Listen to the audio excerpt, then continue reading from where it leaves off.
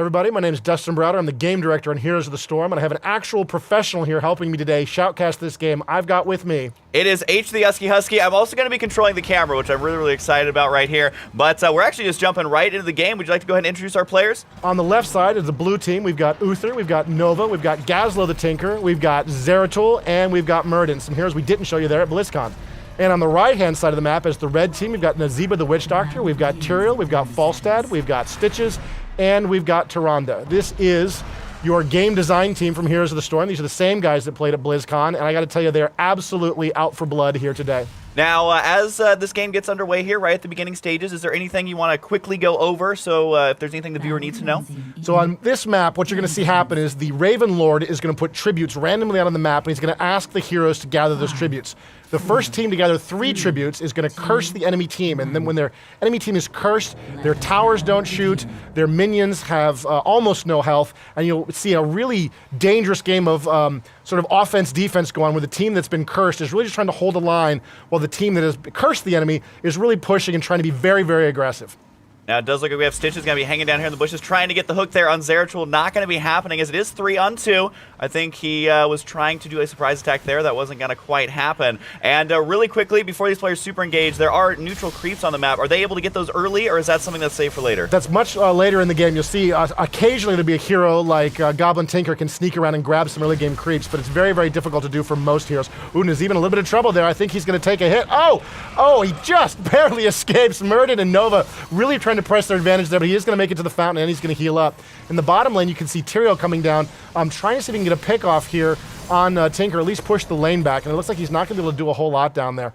While in the middle lane, it looks like everybody's playing a little bit careful here in this early part of the game. Now, I'm noticing on the towers, they have something that looks like ammunition. Is that something that is true for these towers? Yeah, absolutely critical. The towers will bleed ammunition when they fire, and you'll see players trying to push the minions back, trying to push the lanes towards their enemies so they can bleed all that ammunition out of the way. If you can bleed the ammunition, the tower stops shooting, and so that can be a very effective way to sort of reduce the enemy's defenses and firepower in that area of the map. So you'll see players constantly trying to push. There's never a reason not to push against the enemy. And continuing that 3-on-2 right now, I got to say that blue team doing a good job at forcing the extra kind of engagement there, so they're going to have the advantage up in the north lane as opposed to into that middle lane. Witch Doctor's going to have to be careful, as Nova obviously out for blood, as we saw a little bit earlier. Going to be hanging out in the bushes once again, trying to get the kill there. Are they going to be able to land it? No, at least not currently. Oh, wow, and Murden's going to pay for that aggression with his life as Tyrael comes in out of nowhere to take him down. I would like to point out to everybody, this is still a very early alpha version of the game. You may see some bugs, you may see some errors. There's stuff in here that's not fully tested or vetted by our quality assurance staff, so who knows what could happen in this build at this point. I'll just be praying the whole time that it doesn't crash. But this is an early version of the game. We really wanted to show it to you guys so you guys see what's going on in this game and be able to see what we're doing here inside Blizzard. Now, if someone is very low on HP, how are they going to go about getting fully healed? There is a fountain right there, yeah, that you can go to, and it's got a long cooldown on it. It's got over a minute cooldown, but you can go to that and get a bunch of your health and mana back, which sort of keep you in the fight. So you see players trying to force other players back, so they will burn that fountain, so then they can press it more aggressively later on. All right, it does look like kind of a neutral battle here down in the bottom, and in the center is now back to 2-on-2, as the health there looking pretty good here for both teams, not able to completely push the camp. Now, is there any, gotta be careful of the tower, gonna be blasting away. Is there any strategy right now that they should be focusing on, or is just kind of playing defensive? Well, everybody has, in this version of the build, and the version we showed at BlizzCon, we've been experimenting with shared team levels. So players can easily leave their lane to come support each other, and you can see Uther just is doing that now, trying to move out of lane to get into a position where he can help Tinker down there at the bottom. So allows players to do a lot of cross-lane movement, and this can be very powerful, especially with support heroes. They can move to help their allies out, or sometimes DPS heroes as well can run down to engage. Now, there has a tribute about to spawn here. This is one of these tributes we talked about earlier. Oh, Uther getting hooked by Stitches, absolutely critical. They do not want to lose their Healy early on in the fight, but Uther is so incredibly tough. I think he is going to get out of that position. Some great turrets laid down there by Tinker, distracting red team, and everybody's trying to enclose to engage here. You can see on the minimap everybody closing in to try to gather around this tribute to collect it. 3 of these tributes will equal a curse. It can be a decisive advantage for the team that grabs these attributes. Good zoning out there by red team. Wow, Murden just running right through the battle line right there. You can see Tyrael's got a shield on Tyrande right there. Oh, Stitches in a little bit of trouble in the front line. Murden taking a beating. I like red's position almost across the board here. It looks like blue is being forced back slowly but inexorably, and I think we're going to see red grab that tribute. Now, is there any reason to have more than one player channel on the tribute, or should there just be one? There probably should just be one. I've seen sometimes with some of these characters like Tyrande that have a map-wide shot, it's sometimes worth it to have two, because if anything hits you, it does interrupt the channel. So having a second person channel the tribute means if somebody pulls off some shenanigans with a very long-range shot, you've still got someone channeling on that tribute. But generally speaking, you have one player focus on the tribute, while the other 4 players gather around and try to zone out the enemy to protect the guy who's trying to channel. So right now, looks like it is going to be 2-on-2 once again. Can Blue get the kill there? Looks like they will be able to. That's going to put them in the lead as far as kills are concerned. It does look like the levels are about the same, though, as Stitches does kind of pull Nova over, but that's not going to do a whole lot, as he is kind of completely by himself. Uther down on the bottom. It is 2-on-1, but you're saying he is quite robust there. He's going to be just fine. Yeah, he'll survive the battle. I don't know if he can really protect his towers as well. Without any ranged abilities, and as a healer, I don't really like him alone in the lane down there by himself trying to do that. It's not a great position by Blue, but not too. And here comes Zeratul going for the quick kill on the bottom. I don't think he's going to manage to pull it off. He drives Nazeeba back, and Nazeeba is sort of dancing away. Good use of the wall of zombies by Nazeeba there as he gets out of danger. Looks like they're going to go ahead and ping over here as the tribute is going to be spawning there. And remember that red team currently has the first tribute, so getting the second one will put them much, much closer to getting that debuff going. And right now, it looks like Blue, with Nova currently there all by herself. And Nova is permanently cloaked. Does just attacking remove her from that cloak? Yeah, any skill shot, any area effect on Nova will get her out. And of course, when she attacks as well, I don't know if she really wanted to engage right there on top of, a tough character like Tyrael, but she did go for it. And it looks like Blue is desperately trying to hold the line here while their heroes stream into position. Red with a slight advantage for the moment, but it doesn't look like it's going to hold. It looks like Tyrael's in a little bit of trouble there. Wow, Nova taking a beating. And she doesn't make it away. Tyrael in a lot of danger as well, but it looks like he is well protected as Meridian is forced back. More Blue heroes coming in. I don't know if they're going to make it in time. We got 2 heroes channeling. Here comes Meridian. Is he going to go for it? He does get off a single shot, which interrupts it. And he looks like they can't quite pull it off. Red's got the position, but they're down a lot of health. I don't know if they got the goods. Right now, they are up in the kills, and they'd love to get that second tribute. Of course, Blue trying to do a 4-on-3 right now, but it might be a 4-on-2 if they stay a little bit too long. And they decide, I think now's the time to retreat. Zeratul, though, trying to delay that as much as possible to wait for the reinforcements. But it looks like Blue unable to get any of those kills. They lose another one. Now 5 kills to 2 overall, and that looks to be like their second tribute. Yeah, Red is really dominating the game at this point. Wow, good sort of abusive move by Nova there, trying to prevent that tribute for capture from actually occurring. But they're going to get it at this point. Red is winning all of the fights. You can see it in the kills. It's 5-2. They've gotten both tributes. They're winning all of the team fights. Red is absolutely dominating this game at this point. I think Blue is in a lot of trouble moving forward. They're going to have to figure out what they can do to sort of stay in this game. You can see what's happened as well. The level has 10-9, and that's a critical break point in this game. That means the heroic abilities are unlocked for Red and not for Blue. So Blue's in a little bit of trouble right here, but looks like they're going to go for one of these early mercenary camps to see if they can sort of get back in this game. Yeah, is going for the mercenary camps if you're a little bit behind, is that a good way? Is that a valid strategy to try and get back into a game? It is absolutely. Of course, you get caught while doing it. If you're in the middle of a big battle with one of these groups of mercenaries and suddenly a couple heroes come in, you're in a lot of trouble. Whoa. Well, what is this? Blue going for a second mercenary camp. This is extremely risky. You can see the level difference there, 9-17, means they're going to get a little beat up, and it's going to take them quite a while to gather this Grave Golem. At the same time, they're not getting a lot of experience points because they're not really in the lanes. So they're going to potentially fall behind even further in experience points. So this is a really desperate move. We've never really seen this kind of move, honestly. I mean, obviously we're in an alpha version of the game, and we don't really know how the game is ultimately going to be played at this point. But I don't think I've seen anybody try this kind of desperate move before, where they go for mercenaries this hard in response to their inability to win head-to-head battles. All right, well, they were able to kill him off and send him on his way down the south side. We'll see if they all decide to group up there and push at the same time while the tribute's getting captured in the north, or if they try and do run up there to grab that tribute. But so far, it looks like they're just trying to force an engagement down here on the south. They've all but given up that tribute up here. Is this something you've seen before, Dustin? No, this is bizarre. I've never seen anybody try this before. These guys really want to win this game. They know we're shoutcasting this game. They're really going to pull out every possibility to pull this off. Yeah, I've never seen this kind of move before, where they're going for just completely abandoning the tribute because they know they can't win the team fight and just pushing really hard in the bottom. So there goes the curse, right? So you can see the damage it's going to do on the blue team. If you go up to that middle lane right now, you'll see what's going on. The towers aren't shooting. The minions that will move up here all have half health. The towers take bonus damage from any attacks. They actually have less health to start with. So Red is just going to power through. I would imagine at this point, both this middle lane and the top lane. It looks to me on the minimap like Tyrael is also in the top lane, but Blue is going to try to make them pay.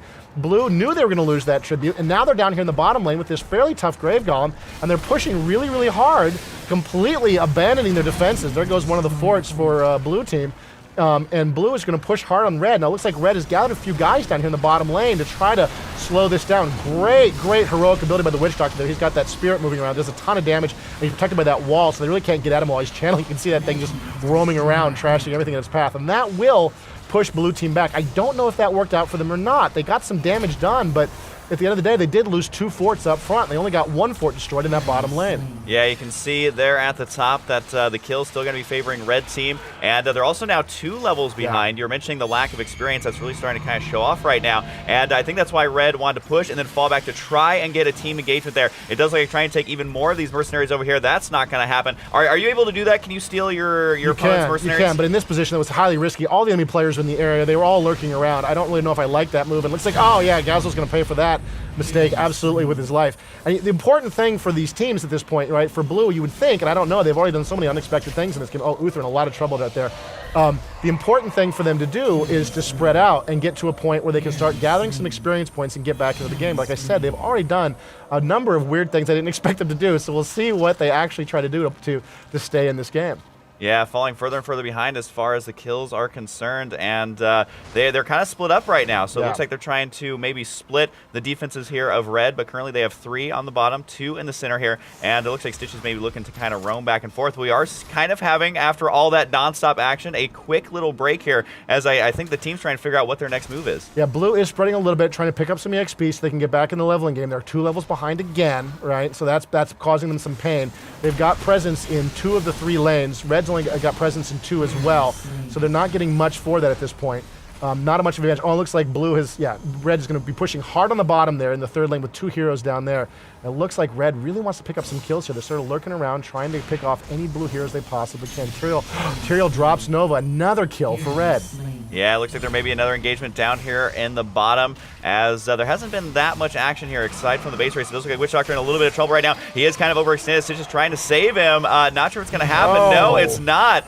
Gonna go down there as they are looking to even up the kill count overall here. But we do have someone from blue up north just kind of by himself. So that's a great thing for Murden to do. He's got enough AoEs. He can sort of, Uther in a lot of trouble here. I don't know. He's surrounded by enemies on all sides. He does use his ultimate ability to protect himself from all damage there. And Uther, once again, proves how unstoppable and unkillable he really is as a plate-wielding paladin. He does manage to get away from that battle. I like this move by blue. They're splitting up pretty effectively here. They've got presence at this point in all 3 lanes. So they've been catching up on experience. If they can just keep this up without losing too many heroes, they should be in pretty good shape. Now, it looks like they are continuing to go for those mercenaries, saying, you know what, we aren't really winning those big team battles, but that is one thing that they haven't been able to stop us from doing. Look like a tribute is going to be on the way. Nova is in position to go ahead and grab that. Of course, it does take a long time to get, so red could easily swing up there if they decided to, but right now, they seem to almost be giving up the tribute in lieu of going for the base race down in the south side. Looks like blue may be able to get this one, as it currently is 3-on-1.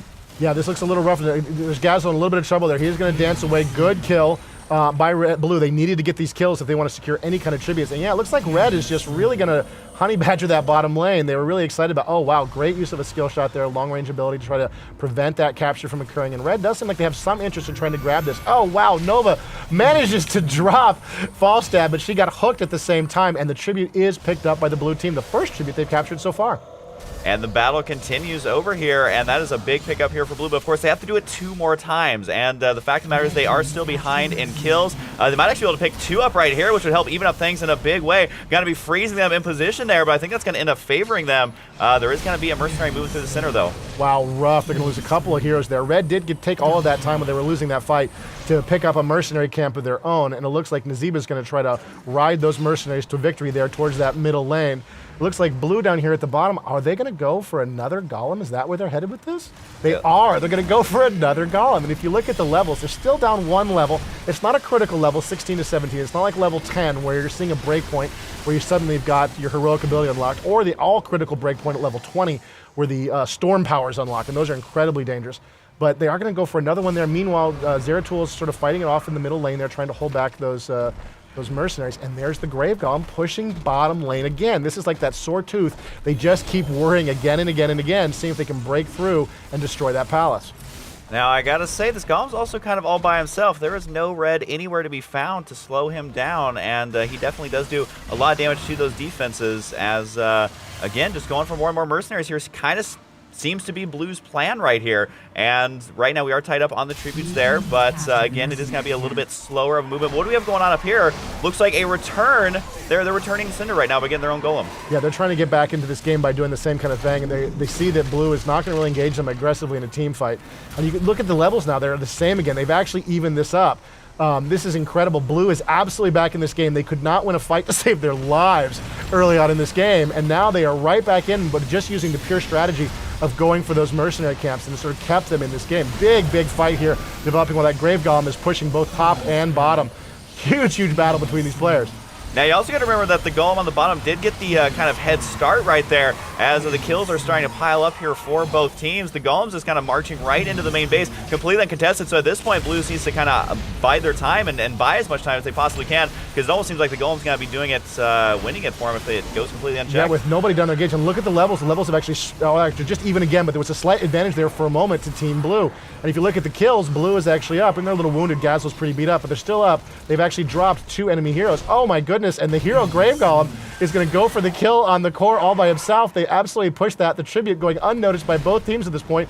The red Grave Golem pushing towards the bottom. He's got to fight his way all the way through that tower. Meanwhile, in the middle of the map, everybody's still dancing around. It looks like Nazeeba's going to get home and try to save his palace. At the same time, there's a tribute finally being captured there.